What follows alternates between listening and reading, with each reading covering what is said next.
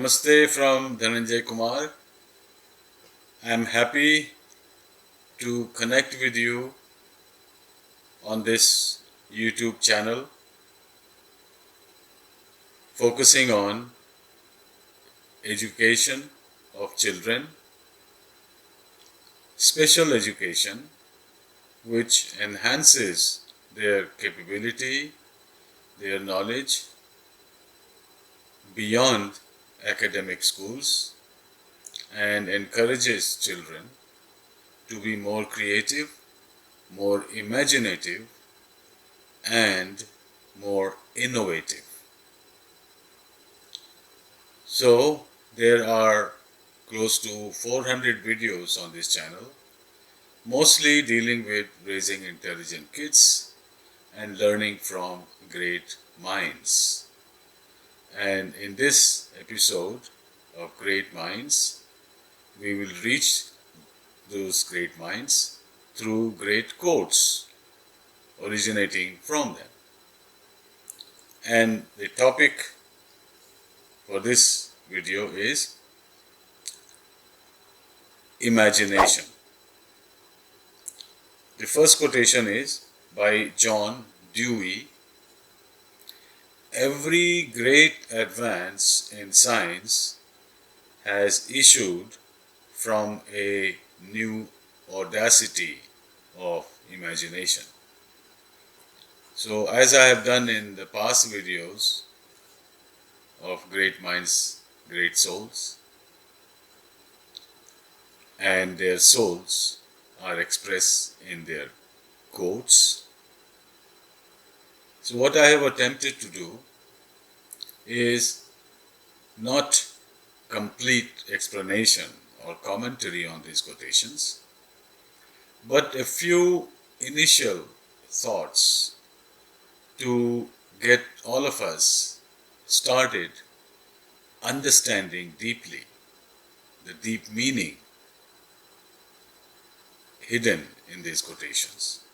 Some are obvious, but most of it are gained by pursuing it, contemplating on it, and discovering the true and full meaning of these quotations.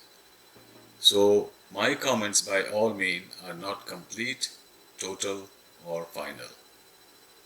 This is the first ladder on the journey upward into those great minds. So John Dewey says, every great advance in science has issued from a new audacity of imagination.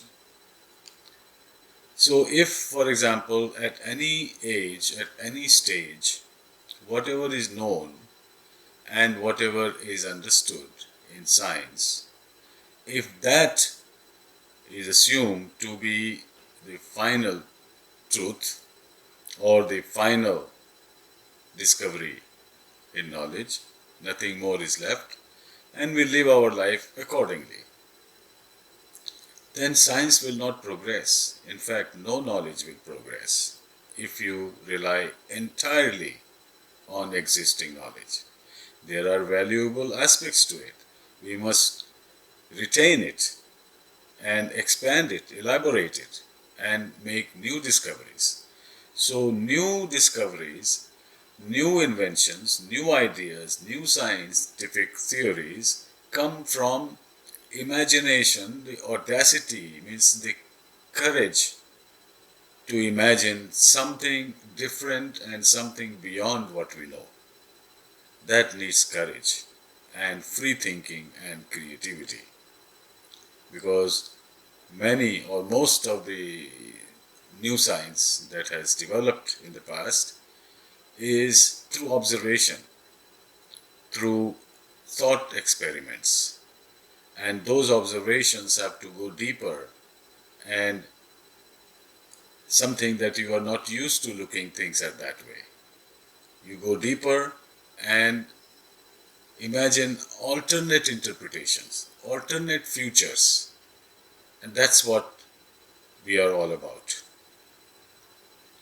So, audacity of imagination that in some cases will defy existing knowledge and replace it with new, more real knowledge.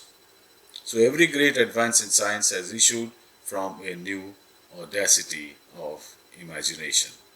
According to Albert Einstein, imagination is more important than knowledge, because a fixed knowledge which has not advanced becomes stale and gives you the illusion of knowledge which is not correct or which is not real.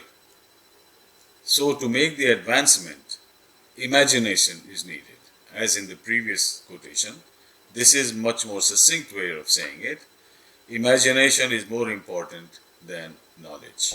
This quotation by Nisargadatta Maharaj is a little bit exercising caution. We miss the real by lack of attention and create the unreal by excess imagination. In other words, attention is required to understand the existing knowledge, to understand existence. Need to pay attention, and from the attention emerges new ideas and new understanding, new wisdom. That is also important. Rather than only create unreal by excess imagination. In other words, you may go too far imagining an alternate future which is impossible, which is unrealistic, and which can be deceptive. So yes, imagination is very good to make innovation, to make advancement in knowledge. But relying exclusively on imagination and imagining some weird things without paying attention to what exists in front of you now. So this is kind of a cautionary statement that balance attention with imagination. Another balancing act in this quotation by Nisargadatta Maharaj: what is imagined and willed becomes actuality. Here lies the danger as well as the way out. The danger of what is imagined and willed becoming actuality is that then one begins to live in a dream world. You imagine a world in which you live, and you are cut off from reality. So, imagining and with a strong will, strong conviction to your imagination that this must be real, even if it is not real, which you don't know. So, sometimes it is important to question your imagination.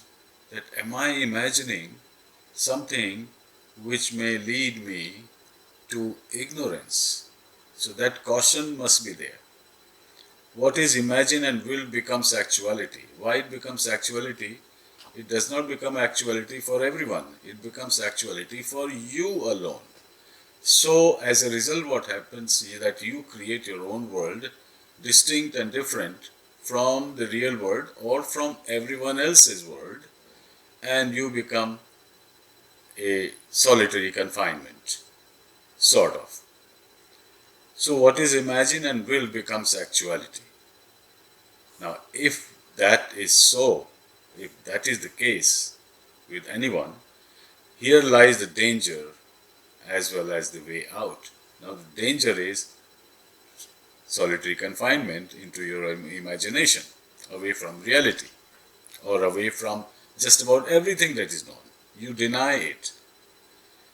But the way out is also there, is that perhaps same way as it can be a danger, it is a way out of danger, that maybe the existing knowledge, part or more than part of existing knowledge is unreal, then there is danger.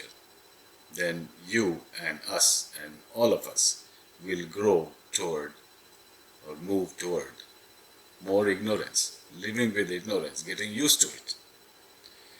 So the way out of it is also imagination. Imagination can lead you astray into ignorance. Really wild, illogical imagination can lead you in the wrong direction. But the same imagination can save you from staying in unreal world or staying in the darkness of ignorance. So this is where the power of discrimination comes in. In Sanskrit it is called viveka. Vivek means you look at something, you know, begin to know what you know, and then you see, you examine it. Does this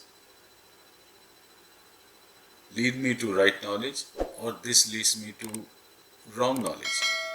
Is this what I'm searching for, what I'm seeking, or this is something that is leading me into wrong direction? So you divide and you pick and choose. You choose the gems and leave the pebbles. But remember, don't leave the pebbles which may actually be gems. Again, thank you for listening, and we'll meet again soon.